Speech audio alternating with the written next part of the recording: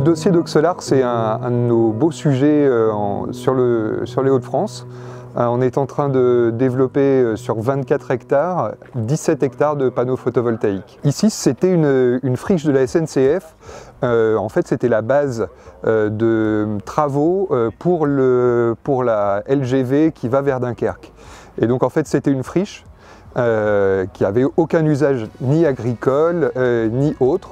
Et donc, c'est à ce titre-là que le site était intéressant pour des développeurs photovoltaïques comme nous. Alors en termes de production électrique, ça représente à peu près 4000 foyers.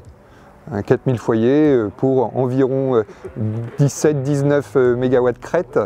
Donc c'est sur 17 hectares, c'est à peu près ce qu'on fait de façon standard.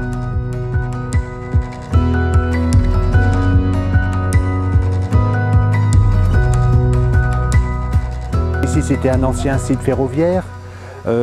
C'était la construction, un délaissé ferroviaire pour la construction du TGV.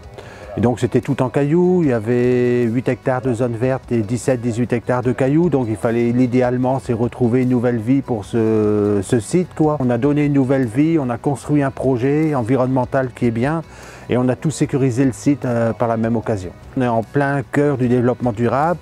Ça prouve que dans le nord de la France, on peut faire des projets photovoltaïques comme ça qui sont bien rentables et qui respectent l'environnement de A jusqu'à Z. Enedis a été très bon parce qu'ils sont occupés de l'étude pour le raccordement et ils ont trouvé que la centrale électrique à Winzel, à 11-12 km d'ici, elle pouvait recevoir la capacité de toute cette énergie. Et ensuite aussi, pendant toute la durée de la faisabilité du projet, Enedis a été primordial dans un partenaire très efficace, ça il faut le reconnaître. Sans Enedis, ça aurait été difficile. Déjà sans Enedis, on n'aurait pas pu répondre à l'appel d'offres dont le timing était très serré. Et tout ça, c'est vrai qu'on a fait un bon trio, la mairie, l'entreprise, TSE et Enedis, ça a été vraiment très bien.